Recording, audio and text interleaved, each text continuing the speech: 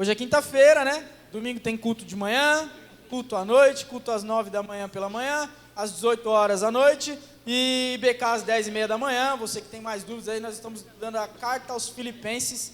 Então nós vamos estudar o capítulo 3 de Filipenses domingo agora, tá certo? Então vem aí, comparece e amém. E aí a gente continua aqui com o nosso estudo sobre a graça. E só para recapitular na cabeça de vocês aí, a gente veio falando da graça a respeito de que é favor imerecido, certo? Todo mundo lembra aí, me acompanha aí, porque a nossa memória, né, às vezes falha. Por mais que eu seja um cara novo, mas eu tenho a memória de um senhor de 120 anos de idade. Então, sou péssimo em lembrar as coisas. Mas, enfim, nós falamos sobre graça ser favor imerecido. É um favor que você não merece, eu não mereço, nós nunca vamos merecer, né? Nós demos a introdução a respeito da graça, de quando ela começou, e nós entendemos que ela veio desde antes da fundação do mundo, ou seja, Deus já tinha algo preparado antes dele dizer o haja luz. Tudo já estava no esquema, porque Deus é onipotente, onisciente e onipresente, ou seja, Ele sabe todas as coisas, Ele pode todas as coisas, e Ele está em todos os lugares. E aí, eu gerei uma situação proposital, porque entrando no assunto de graça, né, a graça de Deus, se ela é dada, se ela é escolhida, entra em algumas teses teológicas, e aí eu quis apresentar essas teses para vocês, e convidei duas pessoas, né, o Felipe e o pastor Júlio, para eles estarem apresentando essas teses para vocês, visto que eles não vieram com o intuito de defender como se eles crescem dessa maneira, mas eles vieram como se tivesse caracterizado mesmo. Eu falei, defende o negócio com vontade, não é para vir aqui. E aí o Felipe veio com um monte de slide, aí 125 slides, para mostrar mesmo, defender com verdade. E ele acredita bem, né? Ele é bem convincente no que ele fala. E o pastor Júlio, por outro lado, veio, né, para defender o outro cara do outro lado, que seria o Calvino e Armínio. Esses dois homens, eles, só para vocês terem uma ideia, o pastor Júlio falou aqui, mas se você estudar a história da igreja, você vai ver que esses homens causaram, não eles, mas seus alunos causaram atrocidades. Eles realmente se matavam, porque um era de Calvino, o outro era de Armínio. Então, o que eu posso dizer para você, como professor, como mestre, como alguém que ensina alguma coisa, é que todas as vezes que você toma um posicionamento extremista, você carece de entendimento. Ou seja, você não abre os seus ouvidos para ouvir outras opiniões. Então não seja extremista em nenhuma atitude possível na sua vida. Não faça isso. Porque até dentro da igreja, atitudes extremistas causam tragédias. Amém? Então, eu venho aqui como um conciliador entre calvinistas e arminianos. Ou seja, eu vou falar a minha opinião a respeito. E é uma opinião que não é baseada só nos meus conceitos. O Gladson vai falar agora e aí vai ter os gladicistas. Não, não é isso. Não em gerar uma nova divisão na igreja. Pelo contrário. Eu venho aqui como um auxiliador, porque eu sou um cara, assim, eu penso muito no que eu vou falar, eu penso muito, quando alguém vem falar comigo, eu paro, às vezes eu fico com cara de paisagem, assim, mas não é porque eu estou viajando, eu estou pensando no que você está falando, porque eu não quero dar uma opinião precipitada daquilo que você está dizendo, e isso é bom na vida, tá? É um conselho até bíblico, a Bíblia diz, se adianta ouvir, seja tardio no falar, seja ainda mais tardio no se irar. Porque às vezes a gente fica com raiva por pouca coisa, porque a gente interpreta errado alguma coisa e a gente já fica com raiva, não é assim? Às vezes a gente é meio pavio curto e a gente faz um monte de coisa errada e depois a gente para e fala, se eu tivesse respirado, sabe? Se eu tivesse falado comigo mesmo antes, não teria dado isso. Enfim, a defesa de Calvino, ela está lá no versículo, eu vou dar dois posicionamentos de Calvino, tá? Só para você lembrar. Efésios capítulo 1, versículo 4. A gente não vai pegar nossa Bíblia e abrir, porque tem muito versículo para falar. Porque eu quero que a Bíblia fale com você e não que eu fale. Olha lá, Efésios 1, 4. Como também nos elegeu nele, antes da fundação do mundo, para que fôssemos santos e irrepreensíveis diante dele, em amor. Esse texto o Felipe falou quando ele estava defendendo a tese calvinista. E ele usou esse texto porque ali diz, olha, que Deus nos elegeu, Deus nos escolheu nele antes da fundação do mundo. E aí teve um texto que ele não citou para vocês, mas é a base do calvinismo, e ele passou, eu falei, por que você não citou aquilo? Aí ele, realmente eu... Que é Romanos 9, do 22 ao 24. Olha só. E que direis se Deus, querendo mostrar a sua ira e dar a conhecer o seu poder, suportou com muita paciência os vasos da ira preparados para a perdição, para que também desse a conhecer as riquezas de sua glória nos vasos de misericórdia, que para a glória já dantes preparou, os quais somos nós, a quem também chamou, não só dentre os judeus, mas também dentre os gentios. Em casa, depois você lê isso com calma, mas esse capítulo todo, o capítulo 9 de Romanos, fala sobre Deus escolher algumas coisas, e ele fala, quem é você, ô pó, para dizer ao seu Criador o que você quer ser? E ele dá essa ideia de que quem é você para reclamar a vida que você tem, porque Deus te fez assim. Se você olhar esses textos, somente esses textos, poxa, Calvino tem razão. Deus escolheu antes da fundação do mundo essas coisas, né? Então, você entra num problema. Porque eu estou meio avexado, peraí. Armínio, por outro lado, deixa eu falar de Armínio primeiro, depois eu vou arrebentar esses caras aí. Mas enfim, Armínio, por outro lado, ele diz lá em 1 Timóteo 2,4, olha só, 1 Timóteo 2,4, Armínio defende que Deus não te escolheu assim, a dedo, mas que ele te predestinou na onisciência dele. Ele sabia que você escolheria ele um dia, que ele iria ouvir, que você iria ouvir a palavra e tal. Enfim, é uma ideia diferente, e eu vou explicar o porquê. 1 Timóteo 2,4, que quer que todos, está falando de Deus, Deus quer que todos os homens sejam salvos e venham ao conhecimento da verdade. Paulo falando para Timóteo, porque Deus quer que todos os homens cheguem ao conhecimento da verdade e sejam salvos. Tá certo? Mesmo Paulo que escreveu Romanos 9. Mesmo Paulo. Só que Romanos foi uma das primeiras cartas de Paulo. E Timóteo foram uma das últimas cartas de Paulo. E eu vou explicar um pouquinho melhor a respeito disso. E tem outro texto que é Hebreus 10, 26. Hebreus 10, 26 diz, olha, porque se pecarmos voluntariamente, depois de termos recebido o conhecimento da verdade, já não nos resta mais sacrifícios pelo pecado. O que ele falou ali? Porque se pecarmos porque queremos, depois de termos recebido o conhecimento da verdade, quem é a verdade? Jesus. Jesus disse, eu sou o caminho, a verdade e a vida. Ou seja, depois de termos recebido o conhecimento de Jesus, já não resta mais sacrifício pelos nossos pecados. Então, Calvino defende a soberania de Deus, que Deus te escolheu a despeito da sua vontade, e Armínio defende que você tem escolha, que você pode ou não escolher, que ali você tem ali a sua responsabilidade, vamos chamar de responsabilidade do homem. Então temos a soberania de Deus e a responsabilidade do homem, certo? São simplificando as duas teses é isso. Calvino acredita na soberania suprema de Deus, ou seja, não importa o que você escolha, se ele já te escolheu, você vai cair aos pés dele e você não vai resistir. Armínio, por outro lado, diz que Deus vai te iluminar e você tem uma responsabilidade com relação a isso. O que eu faço? Eu conheço Deus agora, eu conheço a palavra dele agora, o que eu faço com relação a isso? E isso vai implicar se você vai para o céu, se você vai para o inferno. Amém? Ficou claro isso? Soberania de Deus, responsabilidade do homem. Agora, nós vamos ler textos que vão trazer um entendimento um pouco melhor a respeito disso. Porque a gente ouvindo só um lado de uma só vez, parece que não tem escolha, né? Parece que não tem opção, não tem um outro, não tem, nossa, o cara estudou tanto para dizer isso, né? Como é que eu penso nesse negócio todo? E aí eu vou citar alguns textos que me defendem, ou defendem aquilo que eu acredito. Não sou eu que defendo a Bíblia, mas a Bíblia me dá base para defender algo que eu passe a acreditar.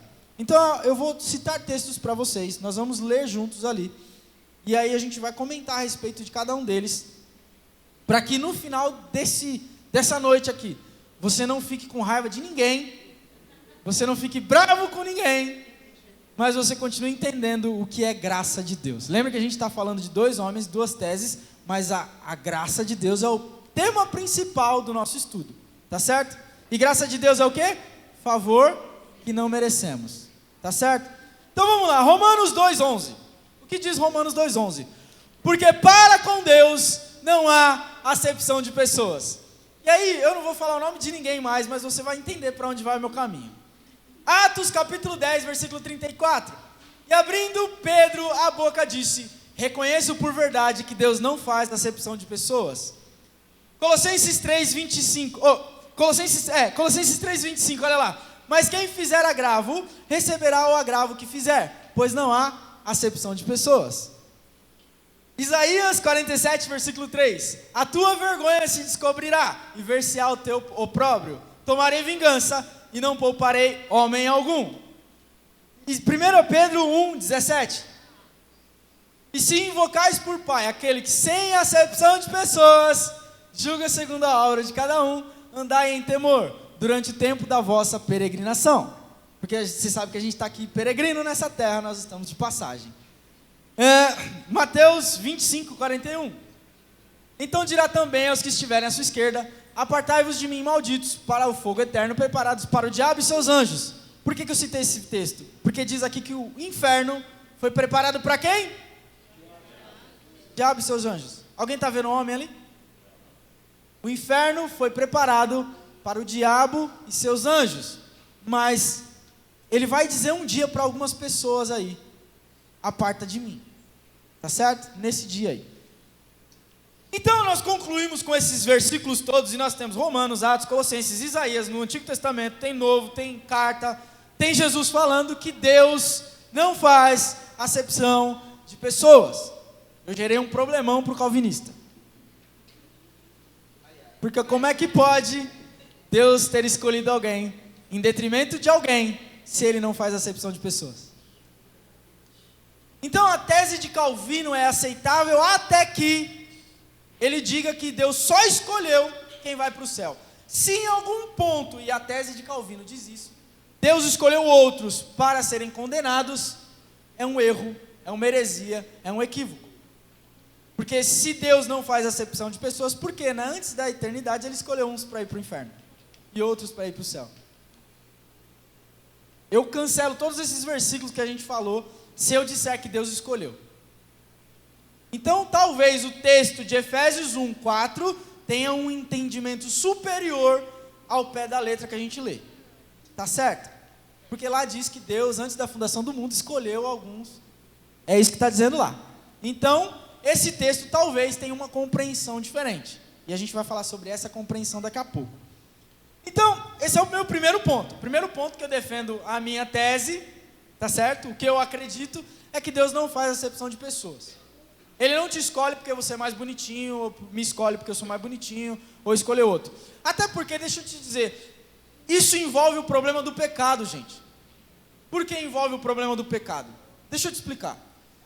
Se Deus escolheu alguém para ir para o inferno, quem é culpado pelo pecado? O homem ou Deus? Eu vou explicar de uma maneira bem melhor. Eu sou o Criador, certo? E eu criei um peixe. O peixe vai viver na água. O peixe vai morar na água. O peixe não vai ter condições nenhumas de sair da água. Por mais que ele pule, ele vai voltar para a água. E ser peixe é uma coisa ruim. E o peixe vive sua vida inteira, vamos supor aí uma carpa japonesa que vive 100 anos. E esse peixe vive 100 anos com uma crise de identidade. Ele fala: eu não quero ser peixe, eu gosto de ser pássaro. Ser pássaro é tão legal. Mas ele vai tentar a vida inteira ser pássaro, mas ele vai morrer peixe. Quem é responsável por ser peixe? O peixe ou o criador do peixe? Eu que criei o peixe. Então, se eu digo que Deus criou o homem, qualquer um que seja, para morrer em seus pecados, por mais que ele tente o contrário, ou que haja a possibilidade dele tentar, eu sou responsável pelo pecado dele. Então eu não poderia criar um inferno para o homem, porque eu não seria justo, eu não seria bom, eu não seria amor. Porque como é que eu crio alguém para viver a eternidade em sofrimento, se eu sou bom, se eu sou amor, se eu sou justo? Tá certo? Então, se você olhar para o pecado e jogar a responsabilidade para Deus, dá ruim. Porque aí você tem que responder outras questões. Mas Deus não é bom? Deus não é bom o tempo todo? Lamentações capítulo 3 não diz que grande é a sua misericórdia, por isso não somos consumidos, porque as suas misericórdias duram para sempre? Se Deus é todo misericordioso, como é que ele cria um homem para ir para o inferno? Capiche? Ficou fácil de entender? Então Deus não faz acepção de pessoas. E aí eu vou dizer por quê. Esse é o segundo ponto que eu quero que você entenda. João capítulo 3, versículo 16. Porque Deus amou o mundo de tal maneira que deu seu Filho unigênito para quê? Todo aquele que nele crer não pereça, mas tenha vida eterna. Todo. É abrangente. O que mais? João capítulo 1, versículo 12. Mas a todos quantos o receberam, deu-lhes o poder de serem feitos filhos de Deus, aos que creem no seu nome. A todos quantos o receberam. Porque ali em João 1, no versículo 11 diz que ele veio para os seus, mas os seus não o receberam. Aí vem o versículo 12, mas a todos quantos o receberam. Todos. 1 Timóteo capítulo 2, versículo 3 e 4. O mesmo Paulo que escreveu Romanos 9. Porque isso é bom e agradável diante de Deus nosso Salvador, que quer que todos os homens sejam salvos e venham ao conhecimento da verdade. Deus quer, mesmo Paulo, um pouquinho mais velho, um pouquinho mais sábio, um pouquinho mais calmo, porque isso é bom e agradável diante de Deus, o nosso Salvador, que quer que todos os homens se salvem. Deus quer que todos os homens se salvem e cheguem ao conhecimento da verdade. E Hebreus 10, 26, nós já lemos, mas olha o 26 e o 27 junto. Porque se pecarmos voluntariamente depois de termos recebido o conhecimento da verdade, já não resta mais sacrifício pelos pecados, mas uma certa expectação horrível de juízo e ardor de fogo, que há de devorar os adversários ou os inimigos de Deus. Ou seja, para aquele que voluntariamente peca, só resta um lugar para ele ir, só resta um caminho, que é ouvir um dia de Jesus: apartai-vos de mim, porque eu não vos conheço. Tá certo? É para todo que crer, meu irmão. É para todo que crer. Mas eu vou levantar um ponto aqui, para que você também não ache, então, porque aí gera questionamentos, né? Mas então todo mundo que acreditar em Jesus, todo mundo então que crê em Jesus será salvo, então todo mundo que crê em Jesus é escolhido, então, sabe? Todo mundo, mas aí você fala, mas eu já ouvi falar um dia na igreja que muitos são chamados, mas poucos são escolhidos. Quem já ouviu isso aí? Quem já falou isso aí? Onde? Eu também já falei isso aí. E aí você também pode questionar, né? Tipo, poxa, mas por que a pessoa se desvia, né? Então quer dizer, todo mundo que está dentro da igreja vai para o céu, até aquele irmão lá, né? A gente pode questionar essas coisas, né? Mas eu vou levantar alguns pontos aqui para você entender um pouco melhor sobre esse todo aquele que nele crê, sabe? Essa salvação que é para todo mundo, para aquele que crê em seu coração. Jesus também disse, né? Aquele que crer em mim do seu coração e confessar com a sua boca será salvo, né? Jesus também disse isso. Então, se é todo aquele que crê, então existe uma escolha, certo? Então existe o livre-arbítrio. Eu posso escolher que sim ou que não? Eu digo que mais ou menos. Por que eu digo que mais ou menos? Porque nós estudamos o pecado. Quem estava aqui nos estudos do pecado? Alguma galera aí. Alguns pegaram uns dias, outros não, mas no estudo sobre o pecado, antes de entrar no estudo sobre a graça, nós chegamos à conclusão que somos maus, que é impossível a gente se achegar a Deus. A gente chegou ao ponto de que, eu careço de alguma coisa, Deus tem que fazer alguma coisa. Era necessário Deus fazer alguma coisa por nós. Era impossível a gente fazer isso. E aí eu vou citar alguns textos para vocês, que a Bíblia traz luz a respeito disso. Porque lembra que não é eu que falo, não é a minha ideia, não é a minha suposição aqui. Eu acredito no que a Bíblia diz e defendo o que ela diz. E aí, 2 Coríntios 4, 6, a gente vai ler aqui só para, olha, porque Deus que disse das trevas resplandecesse a luz, é quem resplandeceu em nossos corações, para a iluminação do conhecimento da glória de Deus na face de Jesus Cristo. Se nós entendermos a questão do pecado, nós entendemos o seguinte: você não tinha escolha, a não ser viver nos seus pecados, porque você nasceu herdando o pecado de Adão, o pecado original. Então imagine o seguinte: você já estava indo para o inferno, porque Deus diz também: o que faz separação entre eu e vocês são os seus pecados. A gente aprendeu isso no estudo sobre o pecado, certo? Então estávamos separados de Deus e não tínhamos escolha, porque somos maus. Era necessário para nós algo da parte de Deus, e não era só a entrega do seu Filho Jesus na cruz do Calvário. Aqui nós lemos em 2 Coríntios 4:6, porque Deus brada lá do céu, que disse: das trevas resplandeça a luz. Então, deixa eu te dar um exemplo mais simples. Para que você não chegasse em nenhum lugar diante dos homens, dos anjos, dos demônios, e dissesse a respeito de si mesmo: eu olhei para Deus, fui salvo porque eu fiz alguma coisa. O início da luz em seu coração parte de Deus. Por quê? Porque a Bíblia diz que em Jesus Ele teria que ter toda a primazia. Tudo começa em Cristo. Jesus tem e tem que continuar sendo o primeiro em tudo, e vai ser assim até o fim, até aquele dia, porque a Bíblia diz que naquele dia Ele renderá de volta o reino ao Pai, e o Pai era necessário que fosse assim, para que Ele rendesse todos os inimigos debaixo dos seus pés. Então Jesus te ilumina. Deus brada dos céus que se ilumine o seu coração. Aí então começa a escolha da sua vida. Porque se antes da iluminação do seu coração você não tinha escolha, não tinha livre-arbítrio para você, Deus em sua infinita misericórdia brada do céu que o seu coração seja iluminado. Não é que Ele te escolheu para ser salvo, Ele deu o início da escolha. Ele restaurou o homem a capacidade de escolher alguma coisa, que é a mesma capacidade que Adão tinha antes de comer a jaca. Porque Adão tinha escolha. Adão não tinha pecado. Adão, ele era livre para comer de qualquer árvore, só tinha uma ordenança: não come daquela. Ou seja, ele era livre. Nós nos tornamos escravos do pecado depois de Adão.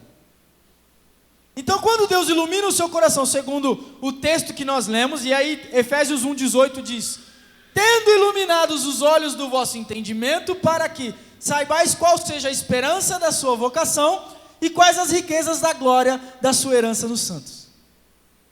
Tendo iluminado os olhos do vosso entendimento. É um outro texto que diz que Deus nos ilumina. Deus dá o start em nossa vida. Jesus te encontra e fala: ei, eu estou aqui. E aí você chora, você entrega a vida. Aí você, oh meu Deus. Aí você se entrega de coração, não é? Porque quantos de vocês já se perguntaram: por que eu não conheci Jesus antes? E eu vou dar um outro fato interessante para você. É por isso também que não existe o berço evangélico. Porque muitos filhos nossos crescem na igreja, mas não conhecem Jesus, porque não tiveram seus corações iluminados pelo Pai. Até que eles carecem, eles sofrem, eles quebram a cara um bocado de vezes, e aí vocês já pararam para pensar nisso? Os nossos filhos, você chega assim para o pastor pode confirmar um pouco melhor isso para mim, mas não tem pais que chegam assim e falam: pastor, eu não sei o que eu faço com meus filhos. Porque até certa idade eles eram um amor, eles me ouviam, eles me obedeciam. Crescendo dentro da igreja, não é? Na escolinha da igreja e tudo mais. E o pastor tem que aconselhar, não é? Irmão, faz assim, faz assado, irmã, não faz. Aí aconselha para poder tentar trazer o filho de volta. E aí, quantos pais aqui não perceberam que vocês quebraram a cara, vocês brigaram, vocês deram castigo, fizeram um monte de coisa para tentar trazer eles de volta e nada. E de repente, em uma pregação de um irmão que às vezes você nem tinha tanta afeição assim, Deus fala com eles e eles vêm aqui, se rendem ao Pai e dali para frente eles mudam de vida. Explica essa. Calvino ou Armínio? Porque quem convence do pecado, da justiça e do juízo, não somos nós, é o Espírito Santo. E ele fala muito na palavra a respeito do tempo, plenitude dos tempos. Hebreus é lindo que ele fala, tendo Deus falado por meio dos seus profetas e filhos, chega então a plenitude do tempo, e agora ele veio falar-nos por meio do seu Filho, que é a expressão exata do seu ser. Plenitude do tempo, tem um tempo para tudo. Eclesiastes 3, há tempo para todas as coisas debaixo do céu, todo propósito debaixo do céu. Então, Deus, entenda isso, que eu defendo o seguinte, que nós não tínhamos escolhas até aqui, Deus ilumina o nosso coração. E aí então, eu vou explicar o porquê que eu continuo defendendo isso. Porque existem textos que vão me dar base para isso. Que em determinado momento da vida do ser humano, a escolha é para todos, certo? A escolha é para todo aquele que crê. Mas todo aquele que crê como? Deus encontra. Isaías, ele fala assim, Deus tem uma dúvida no céu. Lá na glória, ele fala assim, quem enviaremos? Porque se você olhar para Calvino, pode dar uma moleza no seu coração a respeito do evangelismo. Porque Deus sabe quem vai ser escolhido. Por que eu tenho que ficar me ralando, pregando em favela? Por que eu tenho que ficar andando na rua? Se Deus já escolheu, na hora certa Deus vai mandar, não é? Ou não? Por que eu tenho que ficar me ralando, pregando de madrugada? Pregando marmita? Por que eu tenho que pregar para um morador de rua, se aquele morador de rua não foi escolhido? Vou perder meu tempo. Aí eu posso usar até a Bíblia para me defender. Eu vou estar desperdiçando pérola com porcos. Não é? Jesus falou, não foi? Não desperdice suas pérolas com porcos. Então veja bem, por que eu defendo que em determinado momento da nossa vida Deus ilumina o nosso coração? Por causa dos textos que nós lemos. E aí eu continuo com essa ideia, e eu quero que você entenda isso, que Deus restaura a nossa capacidade de escolher. Por quê? Colossenses capítulo 3, versículo 5. Mortificai, pois, os vossos membros que estão sobre a terra, a fornicação, a impureza, a afeição desordenada, a vil concupiscência, a avareza, que é a idolatria. Em outras versões, diz assim, façam morrer as obras da carne. Mortificai é fazer morrer os vossos membros que estão sobre a terra. Façam morrer as obras da carne. Mas espera aí, se Deus me escolheu, não é Deus que vai fazer morrer? O que eu tenho a ver com isso? O texto de Colossenses diz assim, se vocês estão em Cristo, se é que vocês ressuscitaram com Ele, façam morrer as obras da carne. Então, se liga só. Eu não tinha escolha até que Deus me iluminasse. Deus me ilumina, estou salvo.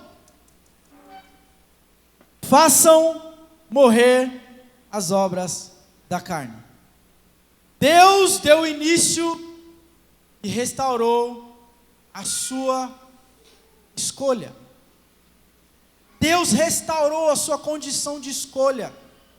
Agora eu posso escolher, porque agora eu entendo que tem dois caminhos. Antes eu não tinha escolha, porque eu já estava em meus pecados, eu nasci em meus pecados, eu tinha um problema do Adão que me condenou. Daí então Deus me encontra, Deus ilumina o meu coração. E Jesus disse, não foram vocês que me escolheram, eu vos escolhi, para que deis fruto. Mas eu vou explicar ainda essa questão do escolher. Façam morrer as obras da carne. Aí nós temos o que mais? Hebreus 10, 26, nós já lemos, mas só para você entender de novo. Porque se pecarmos voluntariamente é o quê? Porque eu quero. Se eu peco porque eu quero, depois de ter recebido o conhecimento da verdade, já não tem mais sacrifício pelo meu pecado. Ou seja, em algum momento da sua vida, você recebeu o conhecimento da verdade. A partir dali, se você escolhe pecar voluntariamente, já não tem mais sacrifício para você. O que mais? 2 Timóteo capítulo 2, versículo 20 e 21. Esse texto aqui, ele rebate de maneira veemente Romanos 9. E aí eu vou explicar o porquê que eu falei do Paulo mais novo e o Paulo mais velho. É o mesmo Paulo que escreve a carta, irmão. É o mesmo. A diferença é que em uma, ele estava novo, no gás, extremamente zeloso com aquilo que Jesus tinha ensinado para ele. E aqui, ele já estava mais tiozão, experimentado na luta, já tinha sido apedrejado um monte de vezes, já tinha sido preso um monte de vezes, e nessa carta, quando ele escreve, ele estava preso de novo. E aí ele diz o seguinte, olha, ora, numa grande casa não somente há vasos de ouro e de prata, mas também de pau e de barro, uns para a honra, outros porém para a desonra, de sorte que, se alguém se purificar destas coisas, será vaso para a honra, santificado e idôneo para o uso do Senhor e preparado para toda boa obra. Aleluia. Aleluia, porque talvez eu era um vaso para desonra. Mas tendo eu me purificado dessas coisas, me torno então um vaso para a honra, purificado, santificado para boas obras. Mesmo Paulo, qual a diferença? Experiência. Um coração mais tranquilo. Um coração zeloso, mas entendido que... Você vê que a percepção mudou um pouco? Em Romanos 9 você não vê esse texto de que há escolha. Em Romanos 9 você só vê que tem vaso para desonra e vaso para honra. Uns que foram destinados à ira e outros destinados a serem santificados. E o mesmo Paulo, em 2 Timóteo, escreve que esses vasos para ira, se purificarem dessas coisas, serão vasos de honra. Deus não faz acepção de pecado, de pessoas. Deus não faz acepção de pessoas. Entenda isso. Entenda que a Bíblia não é um... Se você defende tese, você defende um argumento exclusivo. Por quê? Porque se eu quero ter uma primazia no que eu defendo, eu vou defender meu peixe. Se eu quero acreditar naquilo... Quer ver uma coisa interessante, um exemplo simples? Se eu gosto de beber um negocinho de vez em quando, eu vou me defender pela Bíblia. Eu vou dizer que Jesus transformou água em vinho num casamento, irmão. Eu vou me defender que Jesus disse que o que contamina o homem não é o que entra pela boca, mas o que sai. Consigo defender minha tese se eu quiser? Consigo. Ô irmão, mas você bebe vinho, mano. Você toma uns... É forte esse vinho aí, não era só um cálice? Ou então eu posso ir mais além e olhar lá no texto que Paulo fala com Timóteo, que fala assim, Timóteo, não se esqueça de tomar um cálice de vinho para suas enfermidades estomacais. Paulo aconselhou tomar um vinho, aí eu não estudo teologia, eu não estudo contexto, eu não estudo tempo, eu não estudo nada, eu só olho lá, então quer dizer que pode? Estou com dor de estômago. É porque eu tenho gastrite, aí eu tomo um. Mas deixa eu explicar essa questão do vinho. Primeiro que era um casamento em um povoado... Jesus, usando a ética, eu pergunto para você, Jesus estaria em uma festa de bebedeira? Não. Judeu, eles tinham uma boa relação com fermento? Fermentação? Textos antigos daquela época, os romanos, os judeus já sabiam como conservar o vinho sem fermentação, irmão. E alguns mestres daquele tempo, assim como Gamaliel, por exemplo, que eram os homens que ensinavam no templo, por medo da fermentação, eles ensinavam em textos hebraicos daquele tempo, que você tinha que repartir o vinho com 10 partes para uma de água, para não se contaminar com a fermentação, para não se embriagar. Irmão, eu tomava quando era criança vinho, porque eu queria vinho. Meus pais falavam, você quer vinho, filho? Quero. O vinho deles era direto do galão, aquele sangue de boi, sabe? Para mim, era um dedinho de sangue de boi e o resto de água. E ainda colocava 3 colheradas de açúcar, ainda vai ficar uma delícia. Meus pais deveriam ser judeus e eu não sabia. Aí eu pergunto para você, Jesus faria então um vinho embriagante naquela situação? Desculpa, irmão, mas ele não faria. Outro ponto. Timóteo. Ele tinha dores estomacais. A região que ele estava era uma região que as fontes de água eram calcárias. Se você tem aquário, ou já teve aquário, o pH da água é muito importante. E quem toma água muito alcalina, quem já tem problema de estômago e toma água muito alcalina, ou seja, com pH muito positivo, muito para o 10, que a água da Sabesp é 9. Como naquele tempo não tinha Sabesp, podia vir com 14, 12, pH altíssimo. E meu irmão, você está numa região árida, uma região de deserto, você vai ficar sem tomar água? Tu vai tomar água. Por outro lado, o vinho, pH de vinho é de 4, 3, se tiver meio estragadinho, meio ruim de conserva, ele começa a vinagrar, né? Ele começa a virar vinagre. O pH vai mais baixo ainda. Então, peraí. Deixa eu explicar esse ponto aí. Se eu pegar a água, que está com pH 10, e misturar com vinho com pH 4, o que eu ganho com isso? Eu equiparo o pH da água. E a água boa para se beber é pH neutro, pH 7. E Paulo, hein? Paulo já estava dando aula de cuidar de peixe lá naquele tempo. Ele precisava tomar um pouco do vinho para equiparar o pH do estômago, e assim ele não sentir dores estomacais, irmão. Não era para ele chapar o coco de vinho, não. Não era para dar autorização para você cultivar um pecado que você tem dentro do seu coração, que você não tratou direito. Se tinha problema com bebida antes e quer tomar um vinhozinho depois de Jesus, vá, né? E ainda se defende com a palavra, é fácil, né? Moleza, né? Mas enfim, eu não sei nem por que eu falei isso, alguém precisava ouvir. Hebreus capítulo... Aí eu vou dizer o seguinte, antes de ler Hebreus 6:4, entenda o seguinte então, não tínhamos escolha, ou seja, para quem não conheceu Jesus, para quem não tinha a iluminação do coração, ainda não tem escolha, está indo em direção aos seus pecados. Mas em outro lugar a Bíblia diz que aqueles que não receberam a palavra serão julgados segundo a lei da consciência, ou segundo sua consciência. E por que eu digo isso? Eu cito isso porque você pode dizer, ô Gledson, mas e o que acontece com o índio lá na Amazônia, que ele nunca ouviu falar de Jesus, e ele morre? O que vai acontecer com ele? Ele vai ser salvo? Mas e se ele matou o pai? Vai ser salvo?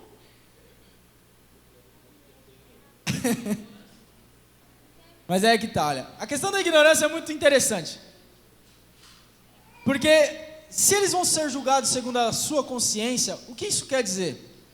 Que Deus, em sua soberania, Ele colocou dentro do ser humano oportunidades. Porque como é que uma pessoa pode ser boa se ele nunca ouviu o que é bom? Como é que uma pessoa vai ser má se ela nunca ouviu o que é amar? Como é que seu filho sabe que... Um exemplo simples. Ele pôs a mão na tomada, deu choque. Ele vai pôr a mão na tomada de novo? Sem você avisar nada. Tipo assim, você estava em casa, e aí o seu filho olha para a tomada e chora. Você fala, o que aconteceu com esse menino? Ele não gosta de tomada? Vou pôr um ursinho lá. Mas não resolve. Pode ter certeza, irmão, que ele enfiou uma chave lá. E eu já fiz isso. Dá uma travada legal nos dentes. Nunca mais enfiou uma chave na tomada, irmão. Pé descalço ainda, né? Porque chinelo era coisa de burguês. Eu andava era de short e às vezes sem cueca ainda. Tinha bermudinha assim, ó. E, tava calor. Mas enfim, criança doida. Era criança... Meu irmão, eu sou aquele tipo que bebia sangue de boi com 10 partes de água. Então, a lei da consciência é isso. Se você parar para imaginar que Deus talvez... Porque a Bíblia diz que há salvação somente em Cristo. Tá certo? Então se a pessoa nunca ouviu falar de Jesus, ela vai para o inferno? Alguns diriam que sim. Mas eu digo para vocês que eles serão julgados pela consciência. Se foi uma boa pessoa, teve boas atitudes, teve boas ações, Deus vai julgar dessa forma. Por que eu não afirmo de outra maneira? se vai ser salvo ou se vai para o inferno. Porque as misericórdias do Senhor duram para sempre. Se renovam a cada manhã. É por isso que nós somos consumidos. Então eu não posso dizer que Deus é justo se eu der um checkmate em alguém que nunca ouviu falar de Jesus. Se eu colocar eles no céu, mas espera aí, e os que vão para o inferno? Como é que faz? Sabe, então eu preciso ser claro com relação ao que eu acredito. E eu não posso ser extremista em nenhum ponto. Se você for extremista, você vai estar cometendo algum erro. Assim como a gente comete erro quando a gente fala, o suicida vai para o inferno. Cara, eu não sei. Posso dizer que sim? Posso dizer que não? Eu tenho base para as duas coisas. Então é melhor a gente ficar no neutro. Não sei. Pode ser que sim? Pode ser que não. Porque eu não quero cometer erro. Posso dizer que todo católico vai para o inferno? Não. Posso dizer que sim? Posso. Posso dizer que não? Posso. Porque a Bíblia dá margem para defender os dois lados. Então sempre que existem duas margens, se coloque neutro. Naquilo que você acredita. Dentro da palavra. E aqui então nós entendemos que Deus ilumina o coração do homem. E dali então ele começa a ter escolhas. Porque a gente leu nos textos de que a gente tem que matar a carne. A gente tem que ter a gente tem que mudar a nossa vida. E aí eu vou dar mais 2 exemplos. Só para a gente encerrar. A gente começou atrasado. Eu posso estender um pouco? Vocês que decidem. Vocês falam, não, acaba 9 horas mesmo e tal. Eu acabo, não tem problema não. Mas é o seguinte. Hebreus capítulo 6, versículo 4. E aí a gente vai ler o 4 e mais alguns aí, Bruno. Acompanha comigo aí. Hebreus 6, 4. Porque é impossível que os que já uma vez foram iluminados, e provaram o dom celestial, e se tornaram participantes do Espírito Santo. Versículo 5. Muda, Bruno. Peraí que ele está atarefado ali. Eu não tinha falado o 5 para ele. Porque é impossível que os que já uma vez foram iluminados, provaram o dom celestial, se tornaram participantes do Espírito Santo. Versículo 5, Bruno. E provaram a boa palavra de Deus e as virtudes do século futuro, até as promessas. Versículo 6.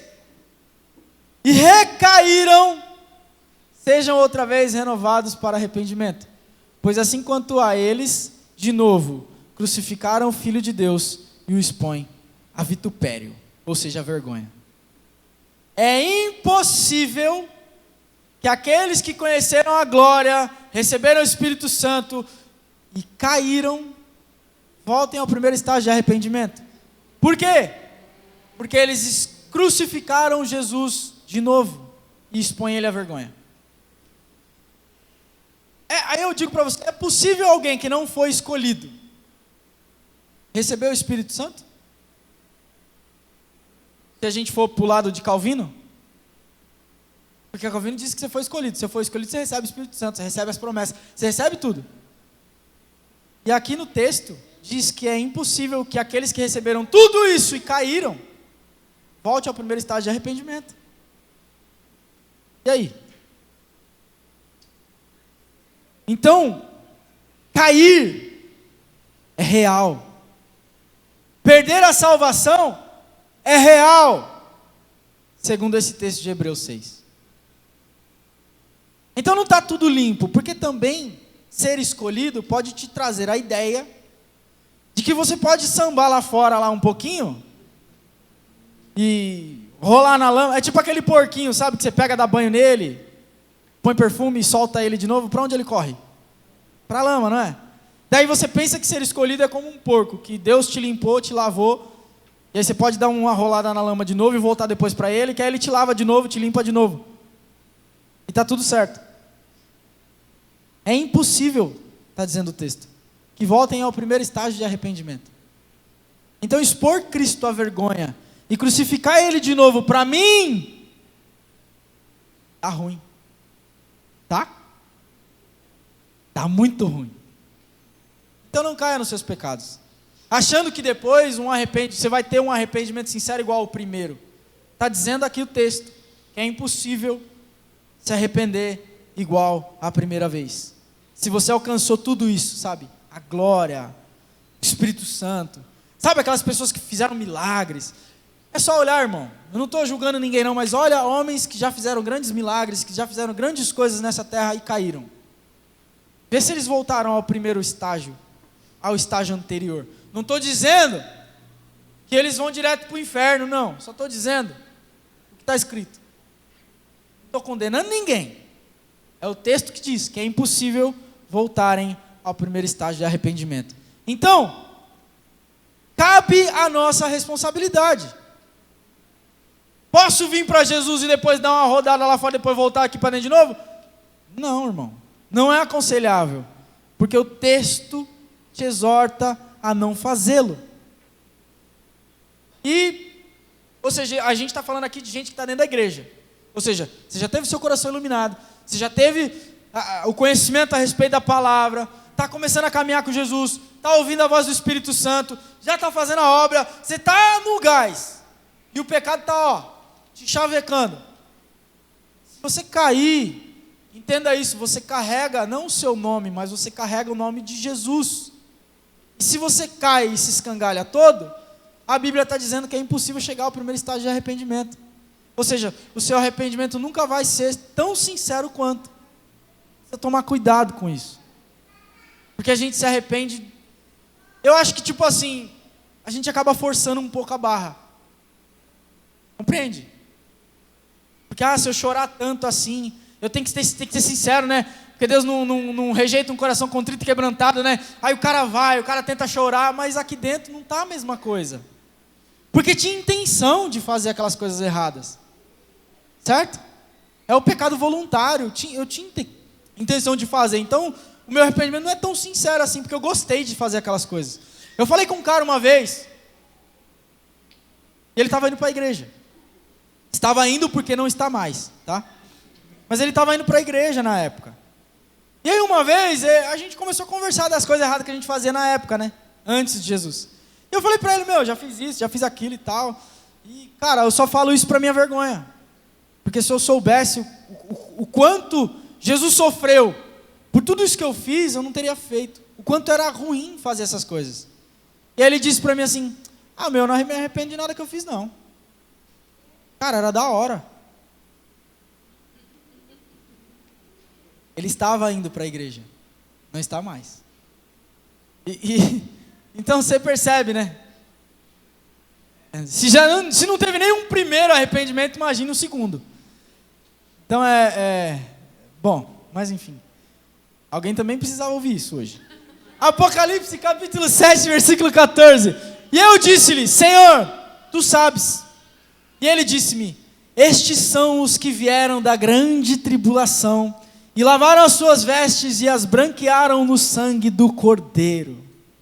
Porque a Bíblia diz aqui nesse capítulo que vem vindo uma grande multidão vestida de branco.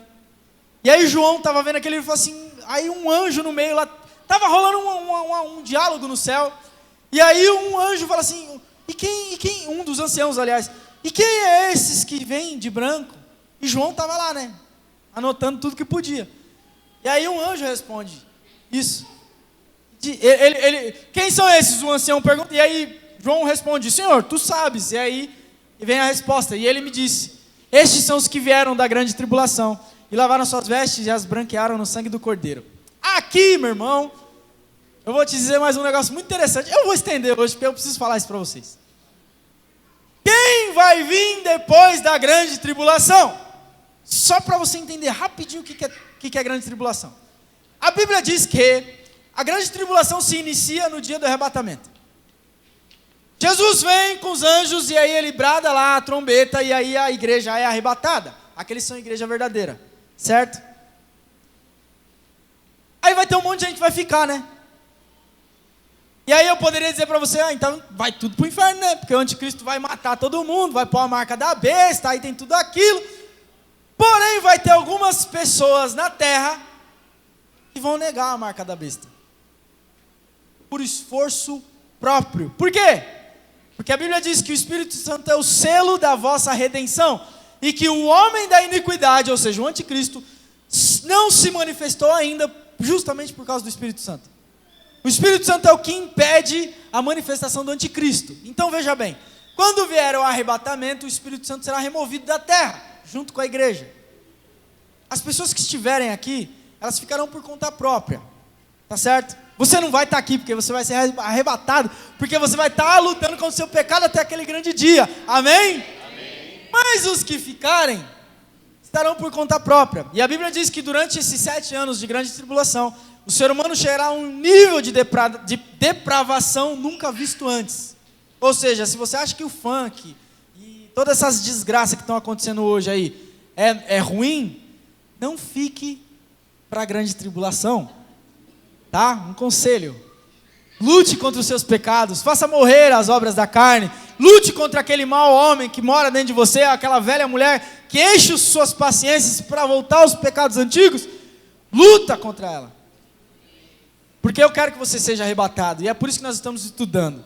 E aí a Bíblia diz aqui nesse texto que alguns vão vir da grande tribulação. Deixa eu te dizer, a Bíblia diz o seguinte, que aqueles que receberem a marca, lá em Apocalipse fala que aqueles que receberem a marca negam a Cristo, de uma vez por todas. Ou seja, aqueles que negam a besta e a marca da besta durante a grande tribulação, pode ser, e a possibilidade é essa, de que eles cheguem lá de vestes brancas. Tá certo? O que eu quero dizer com isso? Primeiro, luta contra os seus pecados para você não ficar. Porque a pergunta que eu te faço é: se o diabo tiver toda a autoridade contra você, o que ele não faria para te destruir? Tortura? Enfiar agulha debaixo da unha? Arrancar o couro e jogar cachaça? O que ele faria para fazer você negar Jesus? Tendo toda a autoridade para isso. Porque é isso que vai acontecer na grande tribulação. O diabo vai estar na terra, eu estou exemplificando, mas depois a gente vai fazer um estudo aprofundado sobre isso, tá? Mas eu só estou dando uma pincelada aqui. O diabo estará na terra durante 7 anos, e durante 7 anos ele vai dominar o mundo inteiro, e ele vai saber seu nome, ele vai ter seu endereço, e muitas pessoas vão se juntar a ele. E a Bíblia diz o seguinte, que durante a grande tribulação, só vai comprar e vender quem tiver a marca da besta. Só vai comer ou passar fome, no caso, só comer quem tem a marca da besta. Entenda o seguinte: quem ficar só vai sobreviver se aceitar a marca. Por outro lado, se você ainda quiser ver Jesus e adquirir a salvação, você vai ter que suportar todo tipo de agrura que o diabo vai ter autoridade de fazer contra você, para ter a possibilidade de, talvez, depois de perder a sua cabeça, chegar no céu. Ei, para onde você quer ir? Você prefere acreditar em Calvino, que você é escolhido, está tudo bem, você tem uns pecadinhos, ou você prefere acreditar no que eu acabei de falar para você, que está escrito na palavra, Colossenses 3, se vocês estão em Cristo e ressuscitaram com Ele, façam morrer as obras da carne. Eu prefiro fazer morrer a obra da carne. Não leiloe sua salvação. Não aposte na sorte. Não é uma roleta russa. Salvação não é roleta russa. Então esse estudo é para você entender que a graça de Deus, ela é incomparável. Porque além dele iluminar o seu coração, ele não te deixou sozinho. Ele ainda deu o Espírito Santo para ficar te lembrando do que você tem que fazer de correto. Ele deu a palavra dele completinha aqui, para você viver ela, para você não ficar na esquerda ou na direita, sabe? Tipo, eu sou de Calvino, eu sou de Armínio, eu concordo com o pastor Júlio, eu não concordo com o pastor Elias, eu concordo com fulano, com ciclano ou beltrano, porque no tempo de Paulo também teve isso, um era de Paulo, o outro era de Apolo, e aí Paulo falou assim, mano, um rega, o outro planta e Deus dá o crescimento, mano. Sabe o que eu vejo a respeito dessas diferenças todas? Que existe um rio. E aí eu vou encerrar para você pensar nessa coisa, nisso que eu vou falar. Eu vejo que Calvino e Armínio são 2 margens de um rio. E esse rio é a graça de Deus. E você vai encontrar pessoas em uma margem do rio, paradas, apontando o dedo para as outras pessoas da outra margem do rio. E você vai encontrar pessoas mergulhando nesse rio, que é a graça de Deus, e vivendo. O conselho que eu te dou é: mergulhe no rio da graça de Deus e viva feliz, mano.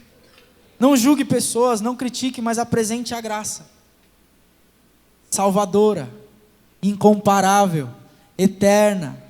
Ensina, porque o conselho também para Timóteo era esse: repreende, ensina, exorta com toda paciência e doutrina, a tempo e fora de tempo.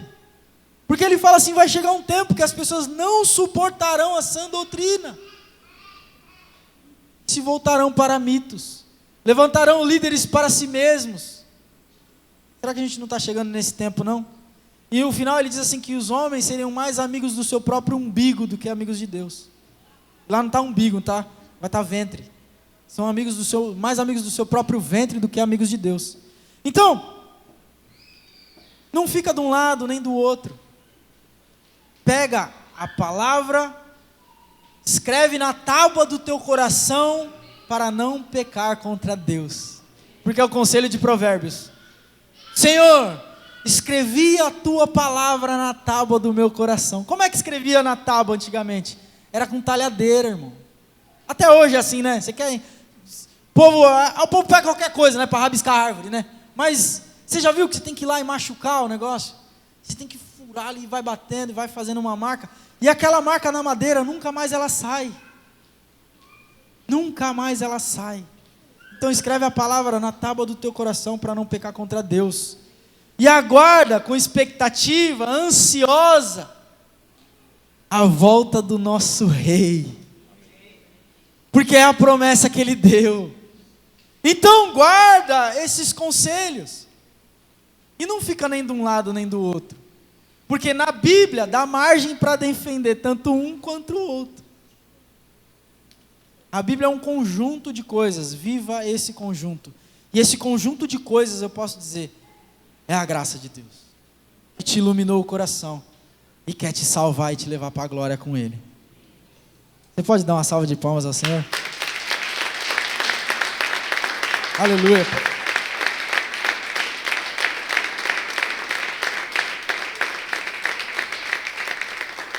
Eu encerro dizendo para vocês isso.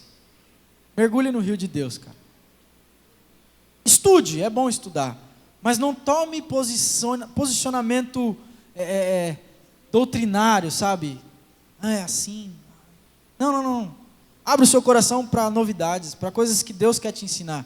Porque quando você tem uma opinião muito fechada, você não ouve mais. Abre o seu coração, cara. Deus vai te surpreender a cada dia. Garanto isso.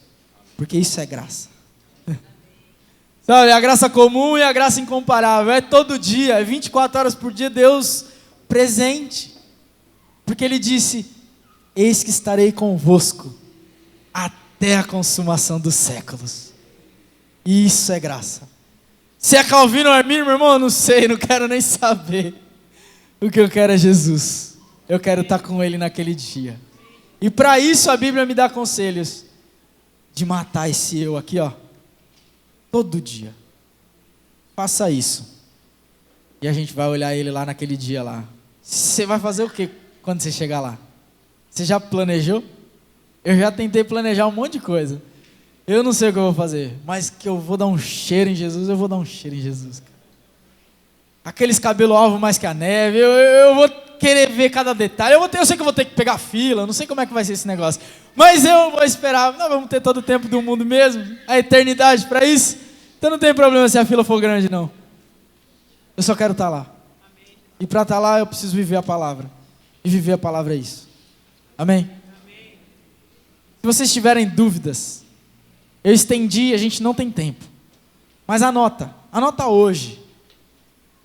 Na próxima quinta-feira nós vamos começar um outro estudo que tem a ver com graça. Que é a respeito do perdão. E aí vai ser, demais, cara. E aí eu só gostaria que você tivesse com o coração aberto. Porque Deus tem muitas coisas para tratar com a gente, cara. Assim como Ele tem tratado todos esses dias aí.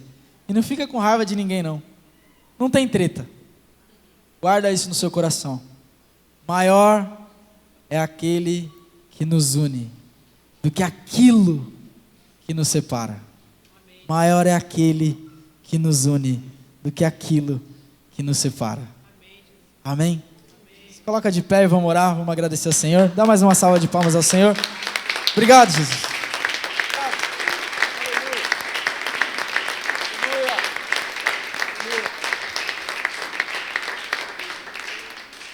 Pega na mão desse abençoado que está do seu lado aí. Vamos orar e agradecer ao Senhor mais uma vez.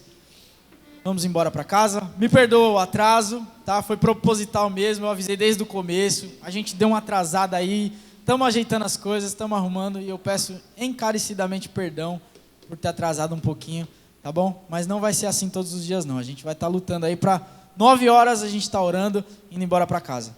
Tá bom? Deus abençoe a vida de vocês. Obrigado pela honra, pela confiança. Obrigado por vocês estarem aqui. Obrigado por terem o coração desejoso pela palavra. E continuem assim. Essa é a oração e o desejo do meu coração todos os dias por vocês. Tá certo? Compartilhe os vídeos dos estudos. Compartilhe as ideias que Deus falou e tratou no seu coração. Compartilha aquilo que Deus ferveu em você hoje. Compartilha o que Deus falou nos outros dias. Comenta, conversa. Sabe, abre o coração para alguém. Fala com alguém a respeito dessas coisas. A graça de Deus é isso, cara. É você viver a vida, cara. Então viva de uma vez por todas. Não fica se prendendo a nada, não. Seja livre. Você é livre. Jesus te libertou. Amém? Feche teus olhos, vamos orar. Pai, no nome de Jesus, nós te agradecemos, Senhor. Te agradecemos por esse estudo a respeito da tua graça.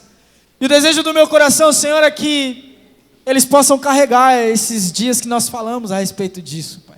Que eles possam entender com profundidade. Que tu, Espírito Santo, possa lembrá-los. Possa acordá-los de madrugada se for necessário para lembrar, para repassar tudo que foi falado, para lembrar que a tua palavra é superior, é soberana a qualquer tese dos homens, que nós carecemos de entendimento, de sabedoria, mas a tua palavra em Tiago diz que aquele que carece de sabedoria peça a Deus, crendo no coração e receberá, aleluia.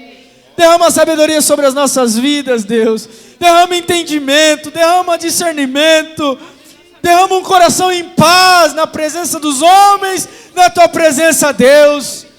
Derrama, Senhor, entendimento de que a graça é soberana, é maior, é superior, é incomparável e devemos nos agarrar a ela. Faz-nos caminhar na tua graça todos os dias com o coração agradecido. Faz-nos andar nessa terra altivos de coração na tua presença, não com o coração ávido por reconhecimento humano, mas nos faz, Senhor, querer sermos conhecidos por diminuirmos a cada dia, para que o teu nome cresça. Aleluia. Faz o teu nome crescer no meio do teu povo. Faz o teu nome crescer no meio da nossa igreja.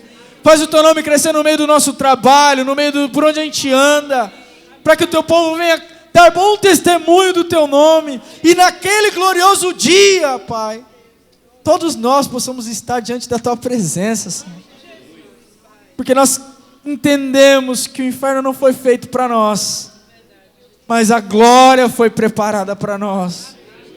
No nome de Jesus, Pai, leva o teu povo em paz, leva o teu povo debaixo da tua mão poderosa, leva eles guardados e protegidos por tuas mãos, guarda as nossas famílias, guarda os nossos amigos, guarda aquele que nós amamos, e abençoe e prospera aqueles que nos odeiam, aqueles que são nossos inimigos, Pai. Que eles carecem de terem o coração iluminado por Ti, então ilumina seus corações, Pai, no nome de Jesus, Pai. E que sejamos, Pai, como diz a Tua palavra, astros e luzeiros no meio de uma geração corrompida e perversa, é o que devemos ser, vivendo a Tua palavra com ousadia nessa terra, e assim, Senhor, cumprir com o Teu propósito e a Tua obra em nossa vida, de sermos sal e luz para essa terra, sal e luz para essa geração. Essa é a igreja que eu sonho e creio que estou nela. E acredito que o Senhor há de nos fazer um povo forte, um povo iluminado, um povo que dá sabor à vida, um povo verdadeiramente chamado, povo de Deus nessa terra. Assim eu te oro, te agradeço e abençoo o teu povo no nome poderoso de Jesus. Amém e amém. Vão com Deus, vão na paz, dá uma salva de palmas ao Senhor. Abraça uns 2, 3 antes de ir embora. Não vai correr não, tá cedo ainda.